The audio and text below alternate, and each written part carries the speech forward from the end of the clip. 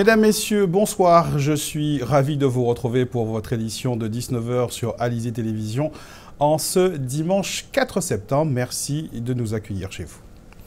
Malgré les mauvaises conditions météorologiques annoncées pour aujourd'hui et malgré surtout la forte houle prévue, certains ont pris la décision de braver les éléments et d'aller profiter du spectacle de la mer déchaînée. D'autres se sont même risqués à aller sur l'eau pour s'offrir des sensations fortes.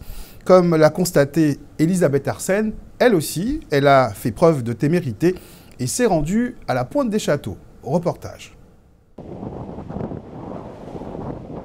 Quand le soleil peine à montrer le bout de ses rayons, certains préfèrent rester au chaud et d'autres profitent justement de ces conditions météorologiques pour apprécier ce spectacle naturellement houleux de la Pointe des Châteaux. En fait, là j'étais de passage dans le coin et comme je sais que la mer était très agitée, je suis venu voir s'il y avait des vagues. Mais là je suis un peu déçu.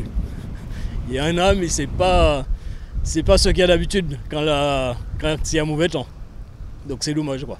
Alors je suis venu à la Pointe des Châteaux ce matin tout simplement parce que j'ai de la famille qui est venue me rendre visite et il me semblait que c'est un endroit en Guadeloupe qu'il fallait absolument visiter. Et malgré le temps, on a pris notre courage à deux mains, on est venu quoi. En fait on vient de Belgique, donc on est venu passer quelques jours ici et il fait très bon par rapport à notre climat et on s'était dit que le climat allait changer et qu'on allait pouvoir profiter de la plage. Mais en tout cas, on ne regrette pas du tout parce que c'est absolument merveilleux, absolument magnifique. Donc il fait très bon. Et puis, il y a ceux qui n'attendent que ça pour chevaucher les vagues et s'envoler. Et là, on vient pour profiter du mauvais temps. Il y a un petit peu de vent, il y a un petit peu de houle qui se lève. Donc on vient en profiter. C'est pas très fort encore. Il faut attendre peut-être un petit peu plus tard dans la journée. Mais bon, après, c'est que de la pluie. La Guadeloupe est actuellement en vigilance orange et ce jusqu'au 5 septembre pour fortes pluies et orages accompagnés de vents violents et de mer dangereuses à la côte. La prudence est donc de mise sur l'ensemble de l'archipel guadeloupéen. Et conséquence de cette onde tropicale qui traverse les petites Antilles, une partie des rotations des navettes inter-îles a été interrompue. Les conditions de mer ont contraint notamment la compagnie Express des îles à cesser les rotations de nuit ainsi que les rotations en direction du nord. Plus de détails avec Anne-Elisabeth Arsène. Même si les usagers des liaisons maritimes régionales peuvent rejoindre Marie-Galante, certaines rotations ne sont pas maintenues par la compagnie. En cause, l'onde tropicale qui traverse actuellement notre archipel. Nous avons annulé seulement les rotations de nuit. Il s'agit d'une traversée courte d'une heure que le bateau peut affronter sans problème. Donc nous avons actuellement le Gold Express qui sort de Marie-Galante. Il a fait son départ de 16h et il va faire son départ de Pointe-à-Pitre de 17h15. Et on a annulé nos rotations au départ de Marie-Galante 18h30 et 19h30. Il est plus prudent de laisser le bateau naviguer seulement 2 jours. Cet épisode pluvieux et orageux entraîne également des rafales de vent ainsi que des creux moyens rendant la mer très agitée. La compagnie maritime a donc dû suspendre certaines de ses liaisons internationales. Aujourd'hui, nous avons dû annuler des rotations sur la Guadeloupe, la Dominique et la Martinique puisqu'on a un phénomène qui passe entre ces îles-là avec des creux annoncés entre 2 mètres et 4 mètres. Donc nous avons annulé toutes nos rotations sur la ligne internationale sur ces destinations. Par contre, nous avons maintenu nos rotations entre Sainte-Lucie et la Martinique puisque le phénomène étant nord, les conditions de mer sont plus acceptables dans le sud. La Guadeloupe étant placée en vigilance orange jusqu'à ce lundi, les liaisons inter-îles devraient reprendre leur rotation habituelle au départ de Marie-Galante, Pointe-à-Pitre et Sainte-Lucie dès 6 heures.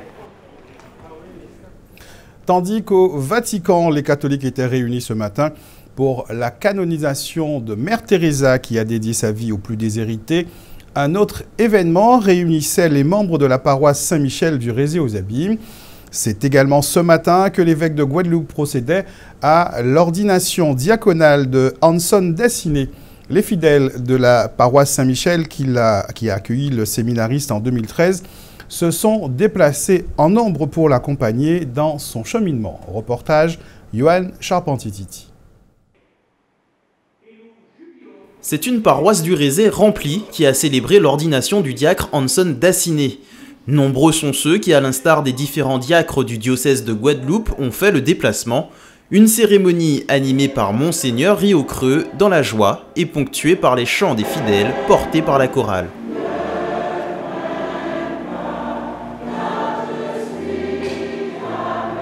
Pour Hanson Daciné, originaire d'Haïti, il a fallu un temps d'adaptation avant de se sentir pleinement à l'aise pendant son ordination. Au début, c'était un petit peu stressant parce qu'il fallait que tout se mette en place. C'est vrai, il y avait des personnes importantes comme le cérémoniaire qui était là pour coordonner le déroulement. Un état qui n'aura pas duré bien longtemps.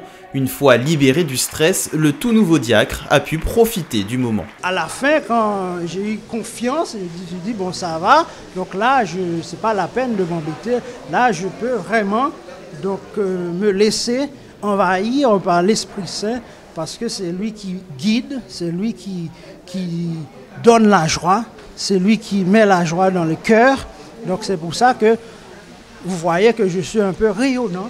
Rayonnant car l'homme entreprend une vie au service de l'Église. Si sa formation doit l'amener à quitter la Guadeloupe quelques mois, il entend y revenir. Et vu le capital sympathie dont semble jouir Hanson Daciné, ce ne sont pas les paroissiens qui vont s'en prendre.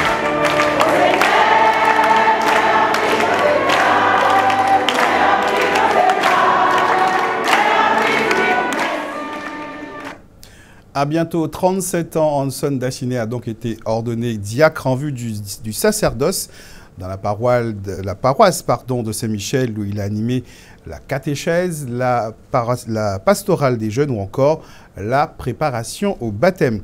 Il a donc pris une part active à la vie des paroissiens qui se sont déplacés ce matin pour son ordination. Né à Petit-Goyave en République d'Haïti, le nouveau diacre entend désormais poursuivre son cheminement en Guadeloupe. Il s'est confié à Yoann Charpentier-Titi. Hanson Daciné, 37 ans, est devenu diacre en ce début septembre dans la paroisse du Rézé. Mais le début du cheminement religieux de celui qui est né à une cinquantaine de kilomètres de Port-au-Prince prend essence il y a bien longtemps, alors qu'il vivait encore à Haïti avec ses parents. Moi j'ai eu mon appel donc à devenir prêtre, le désir, je pourrais dire, à devenir prêtre dès l'âge de 6 ans. Je dis, j'ai cheminé avec, dans mon cœur après mon baptême, et je suis resté chrétien avec mes parents.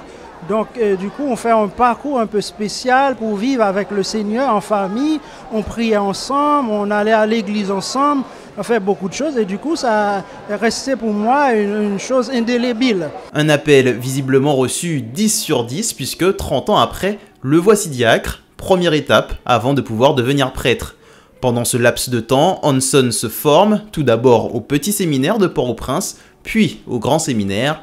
En 2013, il débarque en Guadeloupe pour un stage d'1 an auprès du père Édouard Silène dans la paroisse Saint-Michel du Rézé.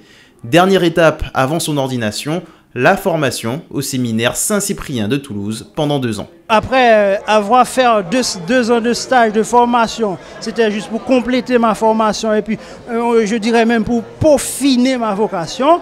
Et donc là, avec l'équipe du séminaire, parce qu'il y a un conseil de pères qui est là pour discerner, donc est-ce que vraiment il y a la vocation, est-ce qu'elle est là? Donc après, ils ont dit, oui, monseigneur, nous sommes prêts, nous l'avons suivi de près. Donc je pense qu'il est capable, il a des aptitudes pour devenir prêtre. La suite, pour Hanson Daciné, eh bien, c'est la formation diaconale distillée en hexagone. 1 semaine de séminaire chaque mois pour tous les diacres de France, avant un retour en Guadeloupe.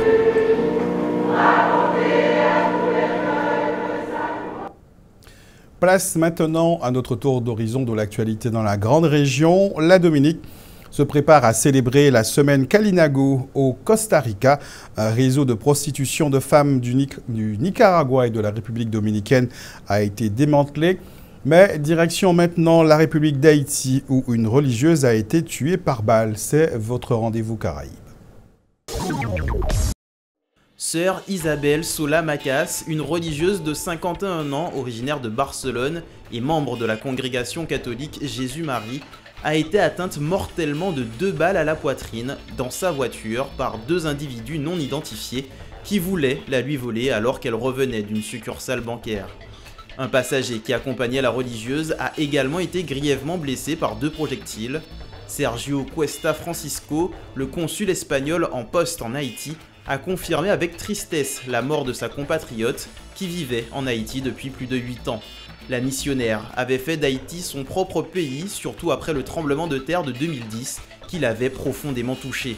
Elle avait même écrit à sa hiérarchie que Haïti est maintenant sa maison, sa famille, son travail, sa souffrance et sa joie, et son lieu de rencontre avec Dieu. Ces mots, publiés aujourd'hui par Œuvre pontificale missionnaire, révèlent que la missionnaire ne pouvait pas imaginer qu'elle allait survivre à une des plus grandes catastrophes de l'histoire et qu'il allait changer radicalement sa conception de la vie, de la souffrance, de la mort et de la foi. La disparition tragique de sœur Isabelle Sola Macas a porté un coup dur à l'ensemble des missionnaires engagés en Haïti qui, plus que la misère, doivent affronter la violence quotidienne. Les populations autochtones de la Dominique se préparent à célébrer la semaine Kalinago. Lors de la cérémonie de lancement de cet événement, Cassius Darou, le ministre des Affaires Kalinago et député de la circonscription Salibia, a fait part du parcours accompli par son peuple depuis ces dernières années et les défis qu'il leur reste à relever. Le ministre a partagé sa fierté de voir son peuple retrouver sa dignité et se tenir debout face aux difficultés. Cassius Darou a cité en exemple des Dominiquais d'origine Kalinago qui sont aujourd'hui médecins, avocats ou magistrats et qui ont su garder leurs propres rites et cultures. La semaine Kalinago sera le moment de mettre en avant ce peuple originel de la Caraïbe à Silbia, capitale Kalinago de la Dominique, bastion de la résistance contre les forces de police, lesquels, le 19 septembre 1930, sont entrés dans la réserve Kalinago, ont confisqué leurs biens et tué 2 personnes. La semaine Kalinago sera le moment de commémorer cet événement dramatique. Les autorités du Costa Rica ont démantelé un vaste réseau de prostitution de femmes en provenance du Nicaragua et de la République dominicaine. Les chefs de ce réseau sont 2 frères d'origine costaricaine de 37 et 39 ans. Lors de leur perquisition, les autorités ont trouvé une trentaine de femmes, toutes victimes de cette traite humaine. Selon l'enquête de police, les femmes ont été contactées à l'origine pour travailler dans des bars en tant que serveuses. Elles ont ensuite été transférées au Costa Rica où elles sont entrées de façon irrégulière pour proposer des services sexuels. Aujourd'hui, la trentaine de femmes a été prise en charge par la commission de la traite humaine costaricaine qui tente de reconstituer leurs parcours individuels avant leur retour dans leur pays d'origine. Pour notre dernier rendez-vous de la semaine, je vous invite à passer à table. Que diriez-vous d'un caviar d'aubergine suivi d'un steak de soja et d'un fruit de saison au dessert? Mettons de côté cette nourriture trop grasse, trop sucrée et trop riche que nous mangeons régulièrement et allégeons nos assiettes. Choisissons une alimentation plus équilibrée et plus saine, comme l'ont déjà fait de nombreux Guadeloupéens qui ont tenté l'aventure du végétalisme. Cécile Allègre nous emmène dans un restaurant végétalien de Pointe-à-Pitre. Végétarien, végétalien, vegan, régime sans gluten, mais où donner de la tête parmi tous ces nouveaux régimes alimentaires? À Pointe-à-Pitre, un restaurant propose une carte entièrement végétalienne. Oubliez donc la viande, le poisson, les œufs et les produits laitiers. La gérante du Délice Nature met ainsi à l'honneur les produits locaux et diététiques. Prendre soin de sa santé et de son corps sont devenus un leitmotiv quotidien. Et à ma grande joie, beaucoup de maisons diététiques se sont mises en place, beaucoup de structures. Et là, je suis bien heureuse de savoir qu'on peut se procurer de l'alimentation saine si on fait le choix de s'alimenter sainement et de vivre sainement. Quand une personne est sensible à son bien-être, il prend le temps d'écouter. Maintenant, il fait son choix parce que pendant trop longtemps, on ne savait pas. Mais ce type d'alimentation reflète surtout une philosophie de vie. En opposition au développement des fast-food et de la junk food, les clients de ce restaurant ont donc fait le choix de manger sainement et surtout de le faire en prenant leur temps. Les burgers avalés en 3 minutes semblent donc dépassés. Ça correspond à un état d'esprit de ma part qui relève d'une volonté d'avoir une bonne santé, de prendre soin de mon corps, de prendre soin de moi. Et puis, ce sont des aliments qui sont dépourvus de toute graisse, de tout ingrédient malsain. Et c'est sûr que ça contribue fortement à une nutrition saine, en prévention de toutes les maladies cardiovasculaires, en prévention de tous les cancers dont on sait qu'ils sont maintenant très fortement liés à l'alimentation. Voilà, donc c'est dans le cadre, dans le souci que j'ai maintenant de prendre soin de moi. Certains aliments, bon, on ne sait pas trop l'origine, on ne sait pas d'où ça vient, avec tout ce qui est pesticides, produits qui sont, comment dirais-je, mélangés avec d'autres produits pour faire croire qu'en fait ils sont de bonne qualité, en fait qu'ils ne le sont pas. Oui, on se lève bien, beaucoup mieux le matin, on est en meilleure forme. Donc je dis, tout ce qui est vraiment naturel ne peut qu'apporter du bien au corps humain. De toute façon, je le dis tous les jours autour de moi. Nos problèmes de santé, la solution est dans la nature pour moi. D'anciens adeptes de la viande semblent même avoir sauté le pas. Comment dire?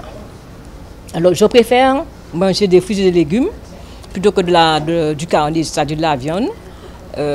Parce que bon, j'ai appris à mes dépens, puisque j'aimais la viande, que la viande se transformait en cholestérol de mon sang, ce qui m'a choqué. Et puis à l'époque, je n'avais pas une bonne santé du tout. Et donc j'ai dû éliminer beaucoup de choses pour enfin me porter bien.